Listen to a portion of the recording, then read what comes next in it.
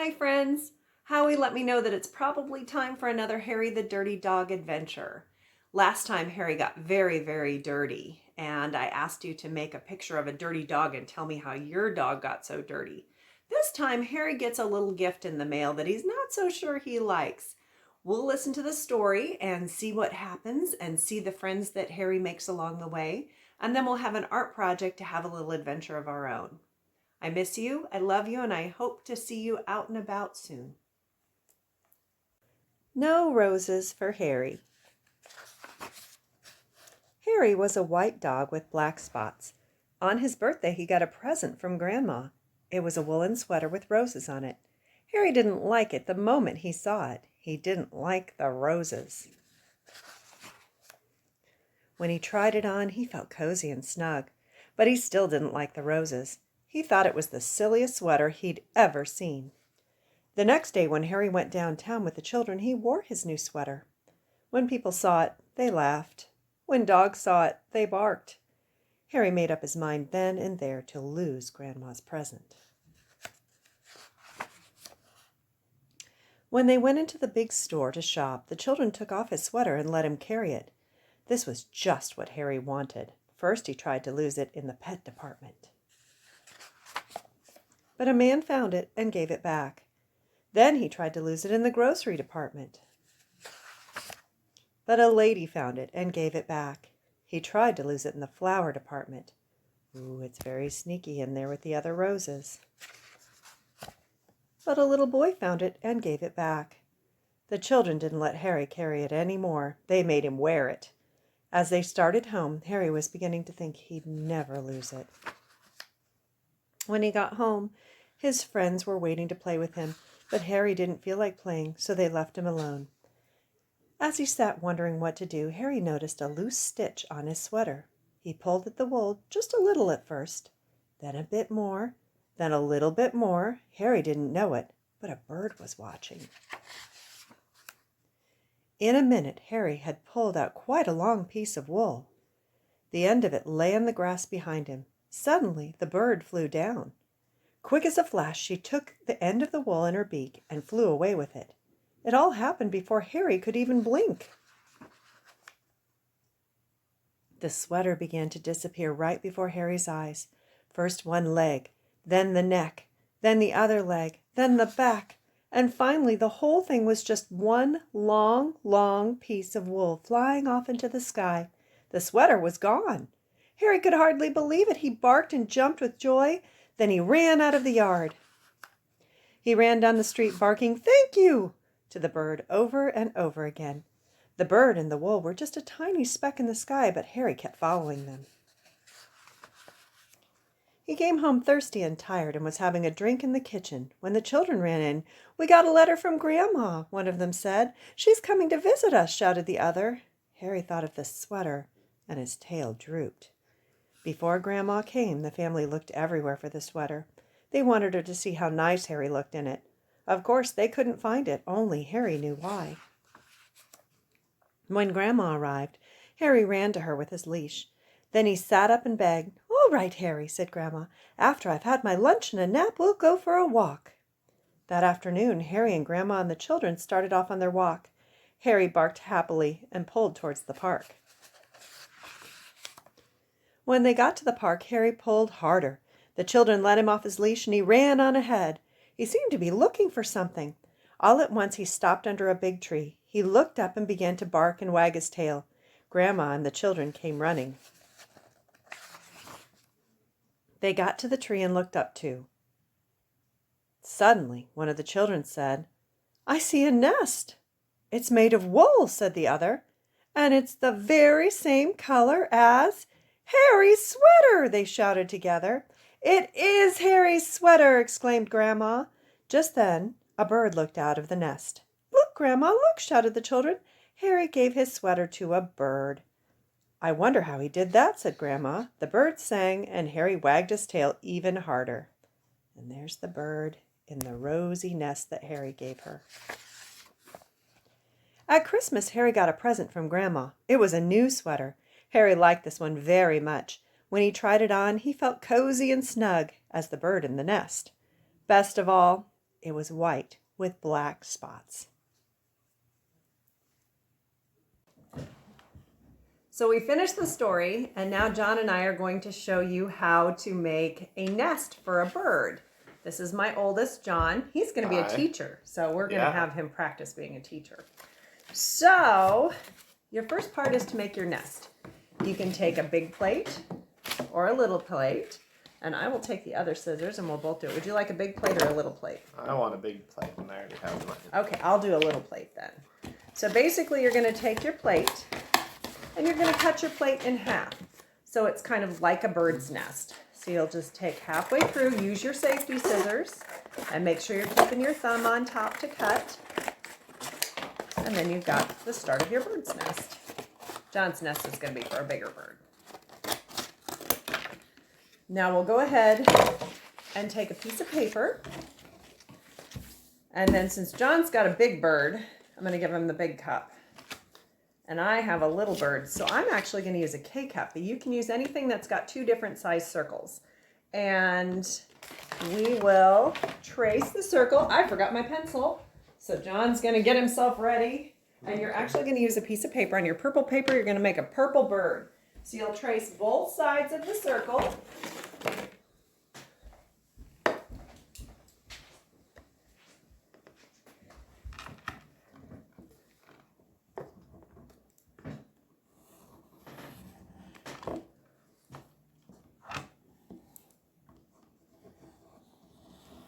And don't get too close to the corner because you're going to use the corner to make your tail. Separate them? Yes. I've got two pieces of paper there. And once you're done, then cut out each of your circles. Again, making sure you're keeping your scissors nice and straight and your thumb on top.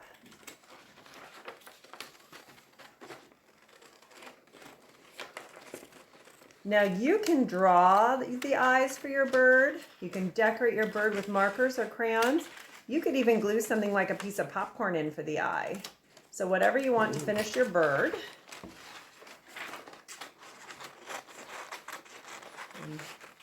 So cut your small circle and your big circle. And if you want to make the head smaller, you can use an even smaller circle. And you can even do it just freehand if you want. So when you're done, your bird is like that. Then you'll take your corner that's left over and you're just going to cut that corner across. You're welcome to draw a line if you want. And then it depends on how big of a tail you want for your bird. But if you want, I think I'm going to make mine not quite so big, so I'm just going to cut it in half. So any sort of a triangle to give your bird a tail. Now, since our bird's sitting in the nest, so I made my triangle like that. Okay. And then since your bird's sitting in the nest, you might give it a tail and a head, but we don't necessarily have to give it wings. You can if you want. Another triangle on the side would be the wings.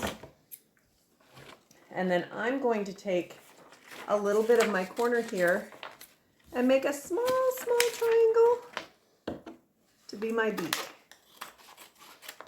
So once we get two different size circles and two different size triangles, then you can use regular glue or you can use... No, I want a glue stick. John's going to use the glue stick, so I will use the regular. So you'll dab just a little bit of glue right on the edge of your circle, and that's where you're going to add your head. So John's going to use glue stick, and I used a little bit of glue, and we'll put it together so my bird has a head there. And then I'm going to take my tail, and I'm going to do another bit of glue on the opposite end of where your head was. And that gives, and it doesn't matter what direction, because your bird's however you want it to look. Because every bird is just fine the way it is. It's a little big.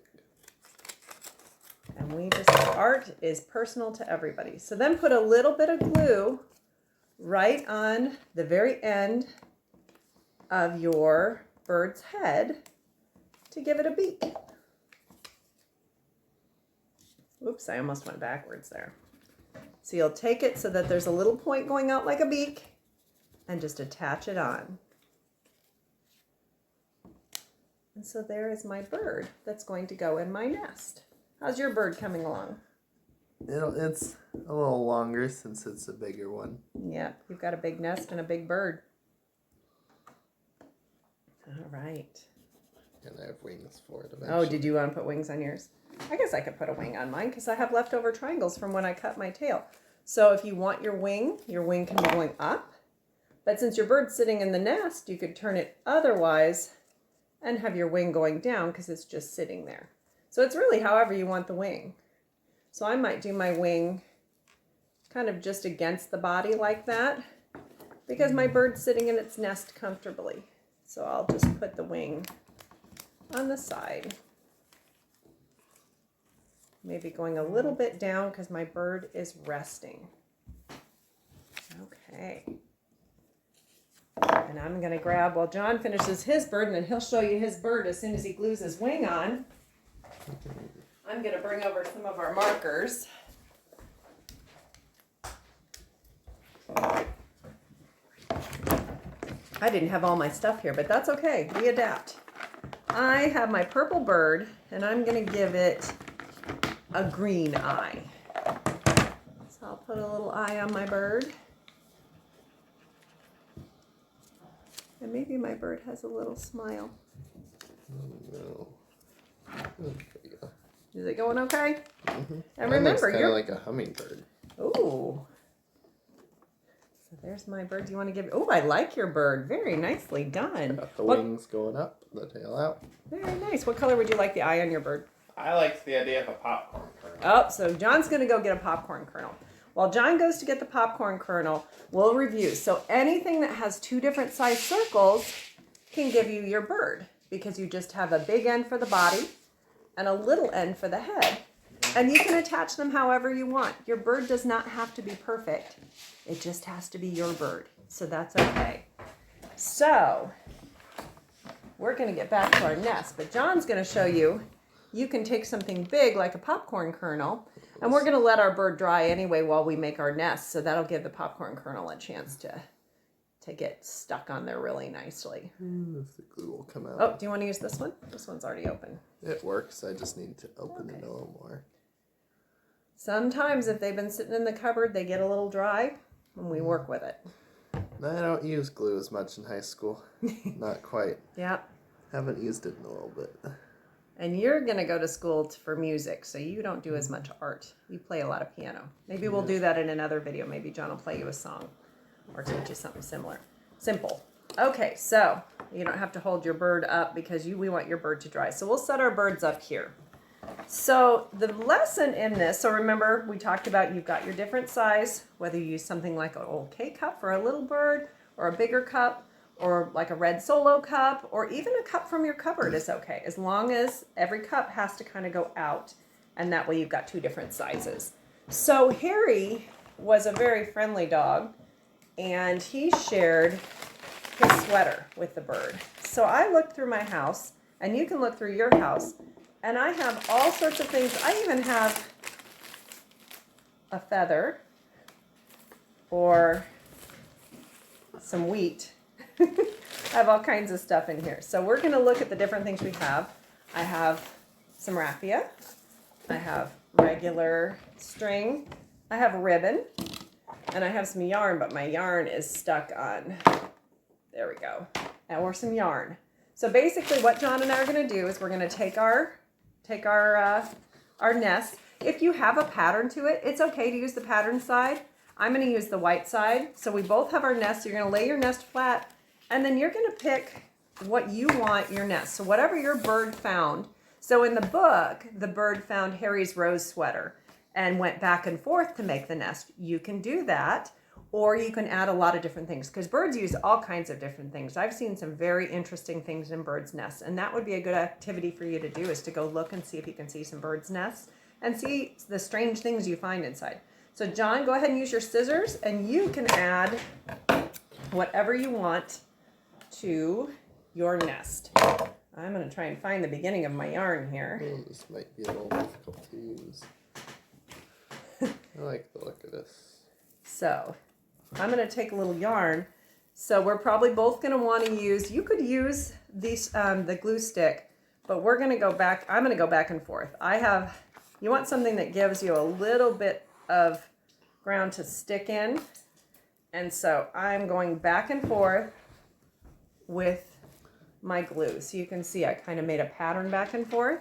And now I'm going to take my yarn and I'm going to place it back and forth just like the bird did in the story. Hi, Jared. That's my other boy, Jared. He's going out to play some tennis. And then my youngest is coming down now because he has been working on Spanish upstairs. No. Jake, you're welcome to say hi. We are videotaping our Harry the Dirty Dog craft. You can wave. Hello. So far, I have pushed, and it's okay if you get a little glue on your hands, because remember, the Elmer's glue washes off. Just like if you're in class, you'd go and wash your hands afterwards. So I started with back and forth like the bird did, but now I'm going to add some stuff. So maybe add some of the yellow string.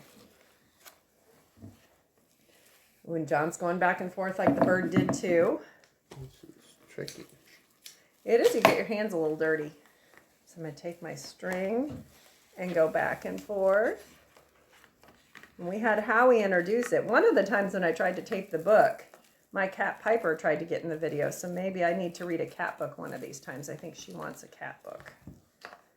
Okay.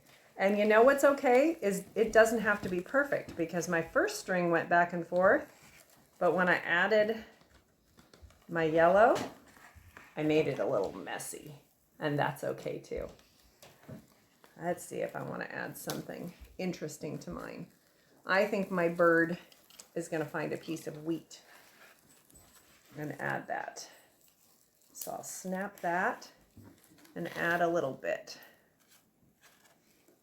When you are done making your bird nest, I would love it if you posted it on the website so that we could see you. So I just, whoops, mine fell off.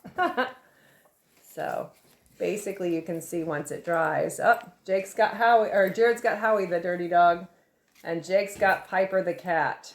The dirty cat? Yeah, she's a pretty clean cat. So those are the animals that live at Miss Eve's house. So you can add whatever you want on your nest. When you are done with your nest, you can put your bird right on the top of your nest so it sits. So you'll put a little dab of glue on the inside, whatever side you didn't decorate. You'll put a little dab of glue so your bird can sit in its nest. And when you're all done, your bird will sit in the nest that's decorated just how you want it to be decorated. Now with all the glue that we're putting on, it's going to take a little bit for it to dry, but you just leave it laying flat. And if it lays flat, then it'll dry out really nicely. That looks nice, John. I like that. It's almost got a little KU bird nest there. Maybe you have a Jayhawk you made. Maybe I did. Maybe you did. I'm sure some of the kids are Jayhawk fans, and I bet some are Wildcat fans, and some might be fans of other things too. All right. And you have a Firebird on your sweatshirt, so we got that. We got all kinds of bird activity going on here. Didn't have any green though. No, you're right. I did not have any Firebird green. That was probably something I'll have to do another time. So again, when John's all done, he'll show you his. That ribbon's being a little tricky there. So if you make a bird's nest, we would love to see it. So post us a picture of what you do, and we'll have John get his cut. There it goes. And do you want to put your bird in your nest? Yes, I do. I have to get this on though. Okay. So hopefully you all had a wonderful Easter yesterday, and maybe you got some special treats yesterday morning, or maybe you watched a church service online or did something special as a family. Maybe, would you like some glue? Maybe you had a special dinner. I know my boys were excited because we had ham last night for dinner. And so they were pretty excited about that. All right. So you just put it on the bottom? You can put it on the plate or you can put it on the bird. So John's putting his glue on the bird. I put my glue on the plate. And either way works as long as you connect your bird to its plate, which is now its nest. It's no longer a plate. It used to be. And John's little hummingbird. Well, so little. It's a pretty big set. Yeah, it's a big hummingbird. Okay, do you want to hold yours up? And so every bird nest is going to be different. And there's nothing wrong with however you decide to make your bird or your nest. There's nothing wrong with however you do it. Just have fun. And then go look and see if you can find some nests out in nature that are really unique. And if you want to post a picture of that too, that would be great. Have a fantastic day.